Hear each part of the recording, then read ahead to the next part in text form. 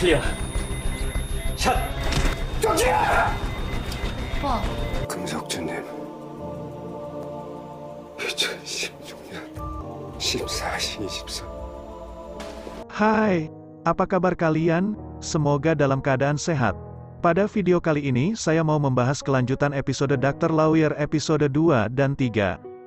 Sebelum ke pembahasan alur cerita drama Dr. Lawyer, saya mau bilang, selamat datang. 저건 라마니노프 평소에 환자가 즐겨 듣는 곡이라고.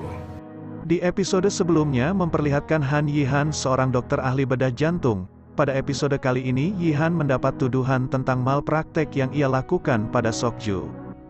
Diceritakan lanjutan dari episode pertama kemarin, Yihan melanjutkan operasi jantung pasien VIP pada tengah malam yang diminta oleh pimpinan Gu Jingyi. Gu Jingyi juga memberitahu Yihan kalau dia mendapatkan jantung dari salah satu korban kecelakaan dengan orang itu. Alasannya adalah korban tidak selamat, jadi dia mengambil organnya untuk mentransplantasi ke salah satu pasiennya agar selamat. 차량에 같이 탔던 동승자가 사망했어. 내가 직접 심장을 적출했고. Yihan mempercayai hal itu. Ia juga mengatakan kalau Gu Jingyi telah melanggar UU medis karena mengambil organ korban tanpa memberitahu keluarganya, dan kemungkinan terjadinya pencabutan lisensi medis dan ia juga beresiko masuk ke dalam penjara. Yihan lalu mengoperasi pasien itu, dengan lantunan sebuah lagu konserto Rachmaninov yang merupakan lagu yang sering diputar pasien saat sebelum menjalani operasi. 저건 라마니노프 평소에 환자가 즐겨 듣는 곡이라고. Operasinya sedikit berjalan lancar, namun kinerja jantungnya tidak begitu bagus. Ia mencoba memulihkan aliran darahnya. Yihan juga memompa langsung dari jantung pasien. Beruntung pasien berhasil selamat dan detak jantungnya kembali normal. Setelah menjalani operasi, Yihan diberikan sebuah kunci kamar oleh Gu Jingyi untuk beristirahat. Ia juga memberikan makanan untuk dirinya. Saat akan beristirahat tiba-tiba Yihan pingsan.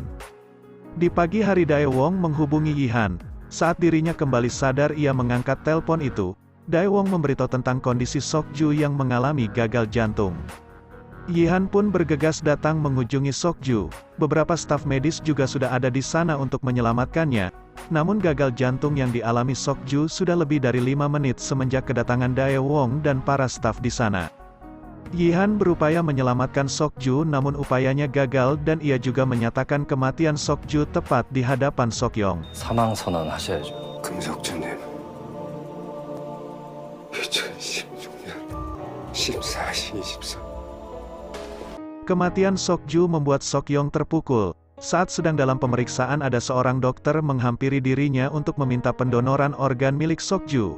Yihan menghampirinya. Ia tidak setuju dengan permintaan dari dokter tersebut. Lalu ia meminta untuk melakukan autopsi untuk pasien agar kematian pasien terungkap. Setelah menunggu lama, hasil autopsi keluar. Dari hasil itu menunjukkan sebuah tanda bahwa kematian Sokju dari operasi yang dilakukan oleh Yihan. Namun Yihan menyangkalnya, kemudian ia mencari tahu rekaman medis. Namun ia mendapat halangan karena aksesnya dibatasi. Yihan juga menerobos tempat pasien VIP. Namun saat akan ke sana akses kartunya sudah diblokir. Beruntung Daewong datang. Ia meminjam kartu aksesnya untuk masuk ke Ban Sokwon. Saat sampai di sana Yihan meminta tolong untuk menjaga area luar selama ia masuk dan memastikan pasien itu. Saat akan mencari tahu siapa pasien tersebut, Yihan tertangkap oleh Direktur Chon dan menyerahkannya ke seorang jaksa untuk penyelidikan.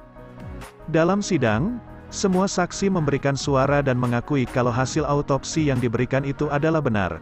Namun hanya satu orang yang menyangkal ia adalah Daewong.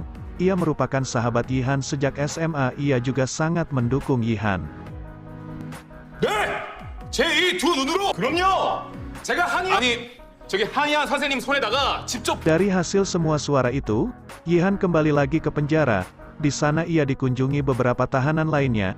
Ia meminta untuk memeriksa seorang temannya yang sedang terluka. Saat di gudang, Yihan mendapatkan pemukulan dan pengeroyokan oleh mereka.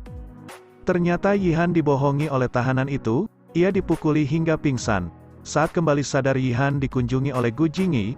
Gu Jingyi menginginkan Yihan untuk mengakui tuduhan itu dan dirinya akan selamat. Kalau dirinya melawan maka akan terjadi sesuatu kepadanya termasuk juga ibunya. Ia juga akan mencabut lisensi medis miliknya. Yihan berteriak kalau dirinya akan membalas dan menghukum Gu Jingyi. setelah itu Gu Jingyi pun pergi meninggalkannya. Keesokan harinya Yihan mengakui tuduhan itu dan hakim juga menjatuhi hukuman 2 tahun penjara dan 2 tahun penundaan eksekusi. 5 tahun berselang, persidangan seorang dokter bernama Park Ki-tae. Ia dituduh melakukan malpraktek.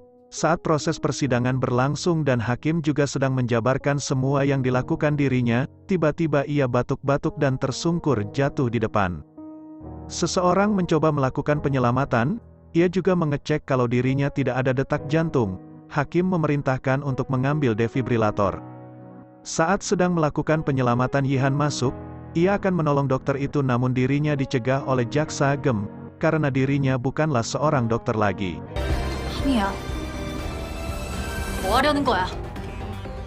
이제 의사도 아니면서. Cerita kembali ke kejadian sebelumnya yang dimana Park Ki-tae diperintahkan untuk mengakui kesalahannya oleh pengacaranya. Saat pengacaranya pergi, Yihan menghampiri Park Ki-tae. Ia menjelaskan kalau pengacara itu sebenarnya lebih berat ke Ban Sok-won daripada dirinya. Maka dari itu Yihan merencanakan sesuatu untuk menolongnya. Pada saat kembali ke sel, Park Ki-tae melukai dirinya saat bekerja.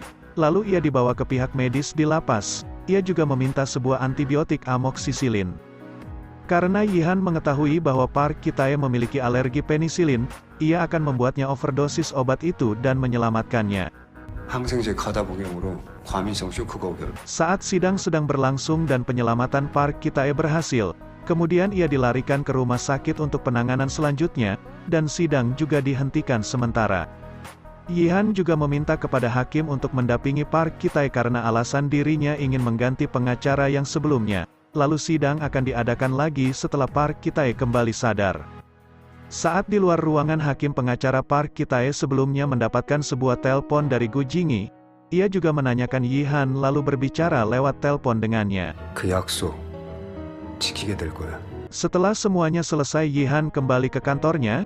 Di sana ada salah satu timnya yang mendapatkan sebuah rekaman file yang terjadi pada korban untuk mengajukan banding di sidang Park Ki-tae selanjutnya. Hal itulah yang akan menjadi bukti di persidangannya nanti. Saat di perjalanan menuju rumah sakit tempat keberadaan Park Ki-tae, Yihan mengingat tentang ibunya, yang ternyata ibunya meninggal karena depresi berat yang dialaminya. Kenangan itu yang membuat Yihan ingin membalas kejahatan Gu Jingyi. Sesampainya di rumah sakit tempat Park Ki-tae dirawat, ia memastikan keadaannya sehat, dan kemudian Yihan memerintahkannya untuk kembali lagi ke lapas. Scene berpindah lokasi. Tepatnya di Universitas Ban Sok-won. Di sana Gu Jingyi menyelenggarakan sebuah acara pencapaian kinerja dari dirinya. Ia juga mengatakan pencapaian dengan pusat Litbang telah membuat obat Alzheimer. Ia juga memperkenalkan robot bedah Verok, robot operasi tanpa membelah dada pasiennya. Di situ juga Gu Hyun Song melakukan simulasi operasinya hingga selesai. Namun operasinya tidak berjalan mulus. Semua tim yang berada di siaran itu pun menutupinya dengan terlihat tidak terjadi apa-apa. Saat di perjalanan pesawat, seorang penumpang mengalami gagal jantung. Pramugari di sana mencoba menolongnya dengan memompa jantung orang itu. Salah satu dari seorang mendengar hal itu dan mencoba membantunya. Lalu ia pun menggeledah dari pria itu dan menemukan sebuah kartu yang mana pramugari itu mengatakan kartu alat pacu jantung. Setelah itu pria itu pun mencari cara menyelamatkannya. Ia melihat ke seseorang yang memakai headphone. Lalu ia mengambilnya dan menghancurkannya untuk mengambil sebuah magnet. Ia juga meletakkan magnet tersebut ke dada pria itu dan menunggu 30 detik untuk menyelamatkannya. Setelah 30 detik pria itu pun sadar. 수분 보충해 주시고 혈압이랑 맥박 계속 체크해. Lalu Gu Jingyi bersama rekannya yang sedang membahas pekerjaan dan kinerja miliknya itu. Tiba-tiba pria yang di pesawat tadi datang. Ia juga merupakan rekan dari Gu Jingyi yang berinvestasi dengannya dan mengembangkan bisnis rumah sakit Ban Sok-won. Ia adalah Jae-den Lee. Saat persidangan Park Ki-tae, Yihan mengungkapkan sebuah bukti kepada saksi dan mulai menaikkan banding. Yihan juga menjelaskan kalau sakit yang dialami anak kecil itu bukanlah keracunan makanan. 횡문근융해증이란 걸 알았다면 횡문근융해증은 근육세포가 파괴 심한 폭행에 의해 발생. Setelah itu Yihan memutar sebuah audio yang memperlihatkan kekerasan kepadanya dan mulai memberatkan si korban. Sidang pun akhirnya ditutup dan akan diputuskan di pertemuan berikutnya. Park Ki-tae pun dikembalikan ke sel dan mereka hanya tinggal menunggu hasil sidang yang diputuskan besok.